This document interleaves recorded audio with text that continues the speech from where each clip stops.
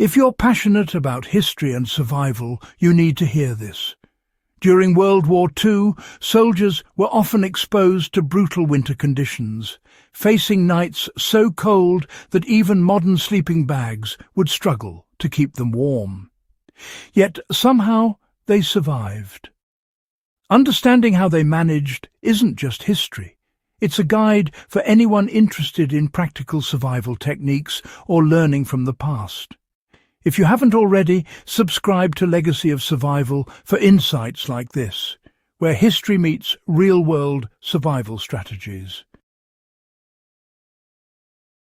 Soldiers had to rely on improvisation rather than gear.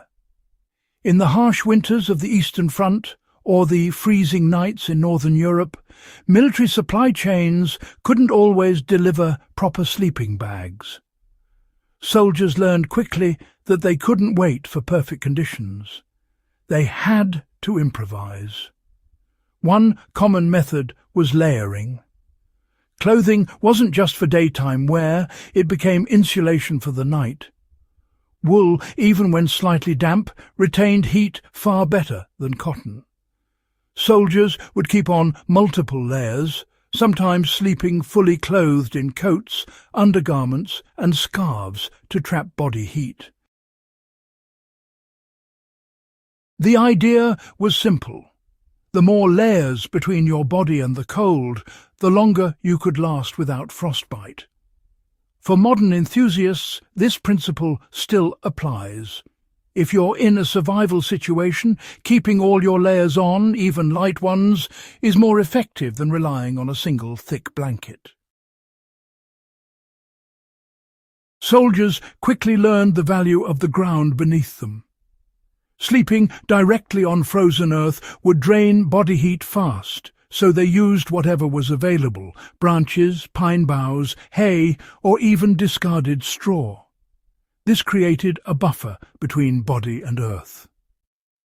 On the Eastern Front, German and Soviet soldiers alike dug shallow trenches, lining them with foliage to reduce contact with snow and ice.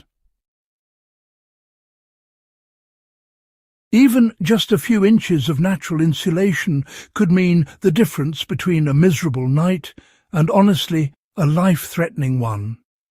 These days, anyone practicing cold-weather survival can put this into action by creating a layered barrier with leaves, grass, or whatever natural debris is available before lying down. This maximizes insulation, even if you don't have any modern equipment. Coats, blankets, and even extra shirts were not simply worn. They became a form of bedding. Soldiers would often stuff jackets and spare clothing inside their coats to make makeshift pillows or insulation pads. For instance, a wool coat could be turned inside out and packed with dry material to create a soft, warm layer between the body and the cold.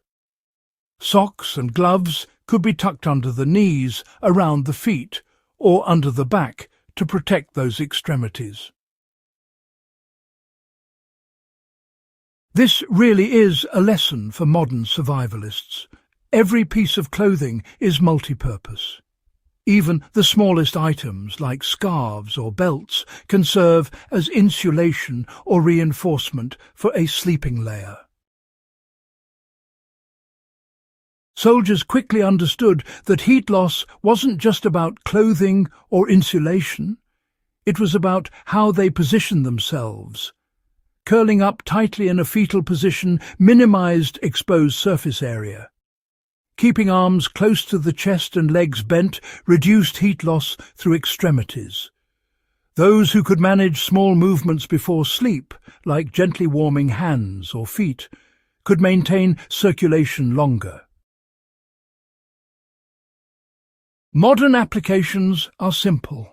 If you must sleep outside in cold conditions, mimic this positioning and keep hands and feet tucked close to your core.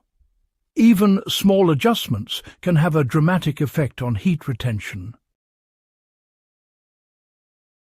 While warmth from fire is obvious, soldiers couldn't always afford the luxury of a campfire. Fires could reveal positions or be impossible to sustain in snow.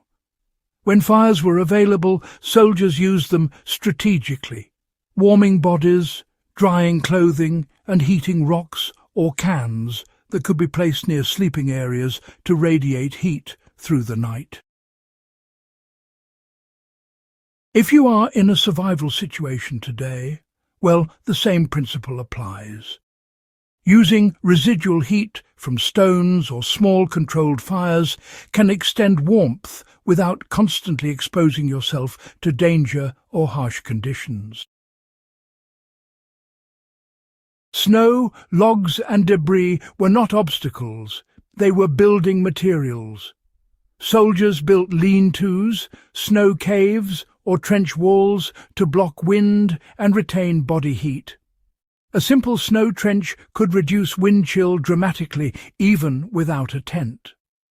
Soldiers on the Eastern Front discovered that compacting snow around a sleeping area could provide surprisingly effective insulation. For modern survivalists, the takeaway is clear. Shelter is as important as clothing. Even minimal wind protection can keep body heat from escaping, making the difference between discomfort and hypothermia. Finally, enduring freezing nights was as much mental as physical. Soldiers trained to accept discomfort, conserve energy, and prioritize survival over comfort. Keeping a clear plan, finding materials for insulation, maintaining dry clothing, and staying aware of heat loss was part of the daily routine. Modern enthusiasts can learn from this mindset mental discipline, awareness of your surroundings, and methodical preparation amplify physical survival techniques. By combining layered clothing, natural insulation, strategic use of fires, proper positioning, and improvised shelters, World War II soldiers survived conditions that would challenge even modern adventurers. These lessons remain relevant today, providing insight into human resilience and practical survival knowledge. If you found this dive into the ingenuity and resourcefulness of World War II soldiers valuable, make sure to subscribe to Legacy of Survival and share this video.